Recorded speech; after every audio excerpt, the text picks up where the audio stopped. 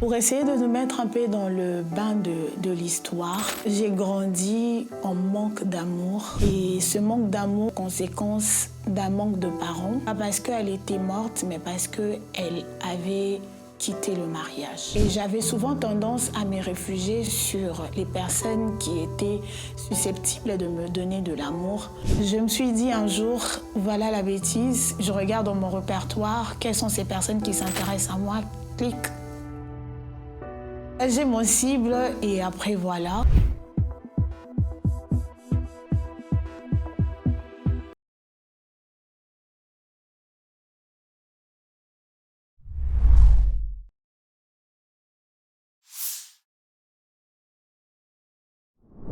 Bonjour Madame Fallon. Bonjour, Peux-tu te présenter en quelques mots? je suis Fallon Lianja Ikila, deuxième d'une famille de 6 enfants. Je suis mère célibataire et responsable de l'entreprise Matroid Concept qui œuvre dans l'événementiel. Quand tu regardes ton parcours, quels sont les mots qui te viennent en premier? Quand je regarde mon parcours, il y a 2 mots principaux qui résonnent dans mes pensées. Le premier, c'est la grâce et le deuxième, c'est la miséricorde. Parce que je reconnais, au-delà du fait que je m'ai auto-disqualifiée, le Seigneur m'a non seulement fait grâce, mais il a également eu pitié de moi. On parle de l'histoire d'amour et de la désillusion. Tu as vécu une relation qui t'a beaucoup marqué. Peux-tu nous raconter ce qui s'est passé?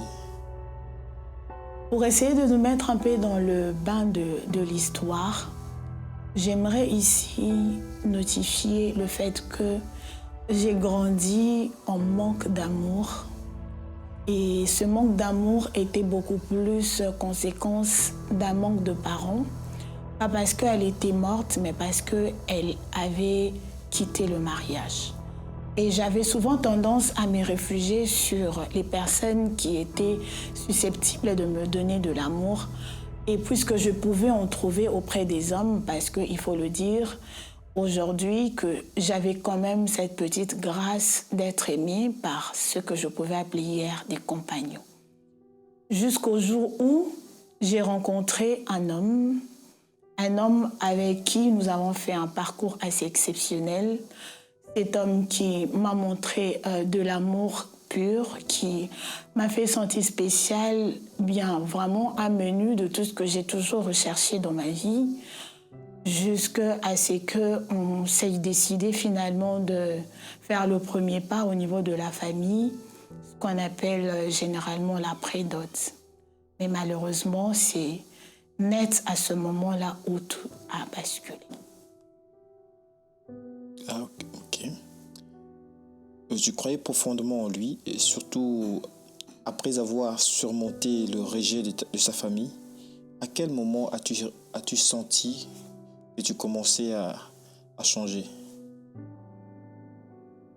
Et comme je le disais, tout a basculé depuis le moment où nous avons pris la décision d'officialiser cette relation.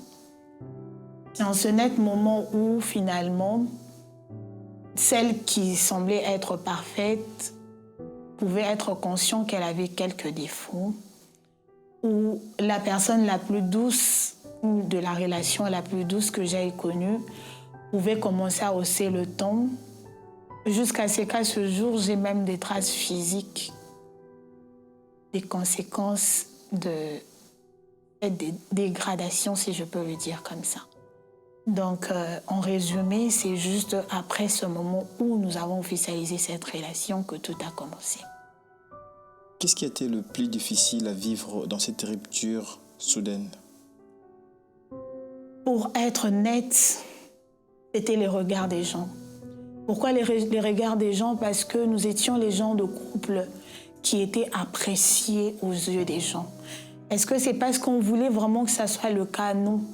C'est parce qu'on vivait tellement quelque chose de vrai que sans le savoir, on était en train d'influencer le monde autour de nous. Et du jour au lendemain, qu'ils sachent directement que ça s'est arrêté, C'était la désillusion non seulement pour moi, mais pour ce monde qui m'entourait. Et je ne savais pas comment m'y prendre. C'était la chose que je ne pouvais pas affronter. Comment as-tu vécu l'après, le vide, le doute et la reconstruction? La première chose que j'ai faite, que je regrette aujourd'hui, c'est que je me suis fâchée contre Dieu. Je lui ai clairement dit que c'est fini cette relation entre moi et lui. Parce que je me suis consacrée, je me suis préservée, j'y ai cru. Parce que non seulement les gens m'ont dit que c'était ça la relation qui me mènera à ma destinée, mais aussi lui m'a parlé de ça moi-même. Et je ne pouvais pas comprendre la discordance qui pouvait exister entre un ainsi dit l'Éternel et le fait qu'une relation pareille devait s'arrêter. Et en ce net moment, j'ai dit à Dieu, voilà, tu n'as plus rien à me dire. Toi et moi, c'est fini complètement. Je suis entrée dans une dépression profonde. J'ai un peu fui le monde. Ce n'était pas tout de suite que les gens ont su qu'on avait rompu. Et c'était vraiment pas tout de suite. Et c'était lui qui avait vraiment la force de le communiquer aux gens. Moi, personnellement, je ne me rappelle pas avoir dit à plus de 5 personnes que la relation s'était arrêtée. C'était très, très pénible pour moi de vivre cet après. Et puis un jour, tu apprends que tu étais enceinte à 30 ans pour la première fois. Peux-tu nous partager ce moment? J'ai envie de rire. Ça c'est l'histoire de ma vie.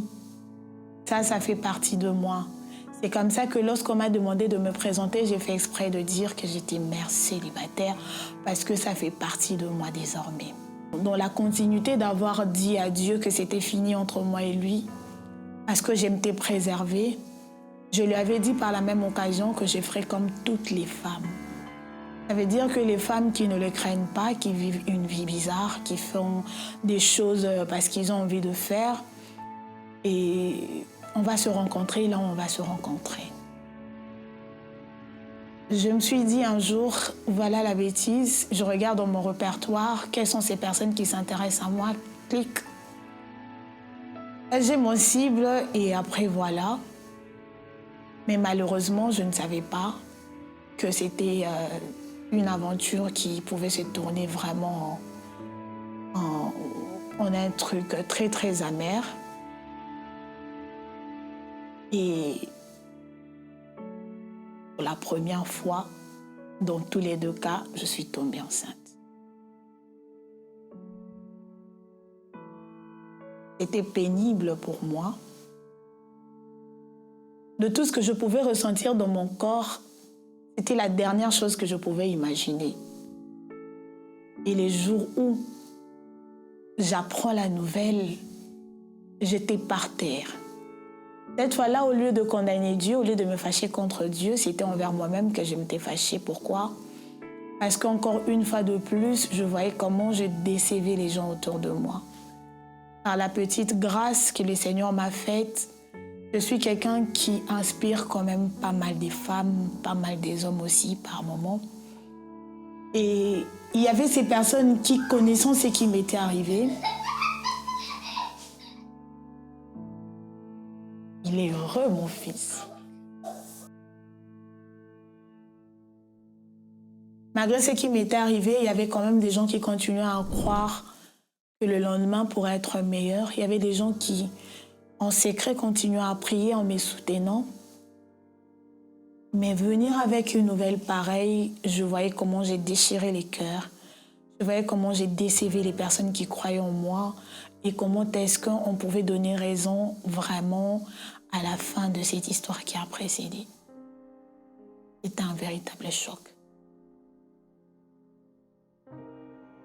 Quels sentiments t'ont traversé en ce moment-là? Peur, joie, culpabilité? Culpabilité profonde, colère envers soi profonde. Et comme je disais, cette fois-là, ce n'était pas envers Dieu que j'étais fâchée, mais c'était envers moi-même que j'étais fâchée. Et j'ai pris du temps pour me pardonner moi-même. Ce n'était pas évident.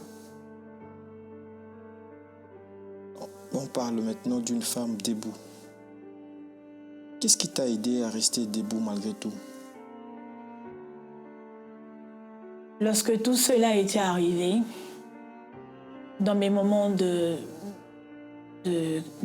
questionnement, lorsque je pouvais vraiment m'auto-réprimander, m'énerver contre moi-même, c'est alors que le Seigneur me disait que tu es bien consciente et que tu l'as toujours dit autour de toi, que l'arme qui détruit ou qui nous déconnecte totalement de Dieu, c'est la culpabilité. C'est la chose que tu dois vraiment te séparer avec. Et si tu ne te sépares pas avec, ça sera un départ sans retour, un aller sans retour.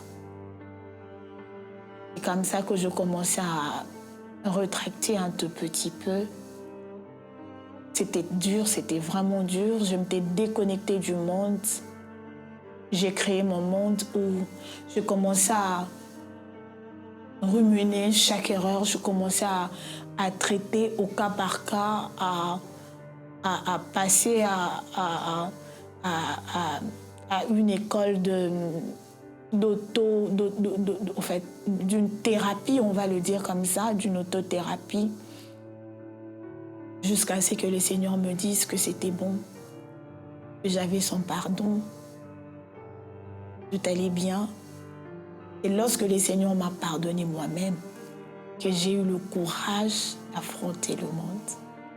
Donc quand maintenant les gens pouvaient venir être au courant que je suis enceinte et tout, ce n'était plus des armes qui m'atteignaient moi-même directement, ça ne m'atteignait pas. Pourquoi? Parce que dans le fond, il y avait déjà un travail qu'on avait effectué avec le Seigneur dans le secret. C'est la chose qui m'a vraiment aidée à me relever. Si tu avais un message à adresser à une femme qui traverse une rupture ou un bouleversement similaire, que lui dirais-tu? Écoute ma sœur, c'est quelque chose qui n'est pas toujours évident, c'est très pénible. Si pour un homme, le toucher qui lui fait du mal, c'est toucher à son ego, la femme, c'est toucher à sa dignité et à sa fierté. Je sais que les gens viennent parfois avec les mots pour consoler, pour soutenir, mais la vraie douleur, c'est ce qui passe dans notre propre fond. Accepte que la vie est faite de ça. Il y a quelqu'un qui dit, ou les gens qui disent, que Dieu donne les plus grands combats à ses plus forts soldats. Et on ne fait jamais face à un défi, un combat de la vie, que Dieu permet que ça nous arrive s'il ne pense pas que nous soyons capables de relever le défi. Dans ce net moment que le Seigneur croit en toi, compte surtout sur toi pour te relever. Pardonne-toi toi-même, c'est ça le plus important. Accepte que Dieu t'a pardonné, c'est ça le plus important. Relève ta tête et continue ta route. C'est là où tu auras que véritablement tu te retrouveras relevé. Et je crois que c'est la dernière question. Que représente la maternité pour toi aujourd'hui? Un fardeau ou une force? Une véritable force, une arme de bataille, une forte assurance, une fermeté, mais c'est tout ce qu'il y a de mieux. Les gens ont l'habitude de dire qu'un enfant, peu importe de quelle manière il arrive, ça reste une bénédiction. Ça reste une bénédiction. Aujourd'hui, si j'ai la force de supporter certaines choses, certains coups de la vie, c'est parce que j'ai un béquille désormais. Un béquille d'un amour qui, cette fois-là, ne partira pas parce que j'ai des défauts ou des choses qu'on peut me réprimander, mais un amour pur, à l'état pur, inconditionnel, qui m'aime simplement parce qu'il m'a appelée maman. Voilà, je voulais savoir, est-ce que tu es en couple, tu es en relation? Je crois que bientôt tu seras mariée. Je suis une maman célibataire. Je ne vais pas me marier d'ici peu parce que je n'ai pas des promesses de mariage. Mais en entendant, je ne mets pas ma vie entre parenthèses. Je vous disais que j'étais entrepreneur. Je travaille pas seulement pour moi, mais pour assurer l'avenir de mon enfant. En entendant que ça arrive, nous restons debout.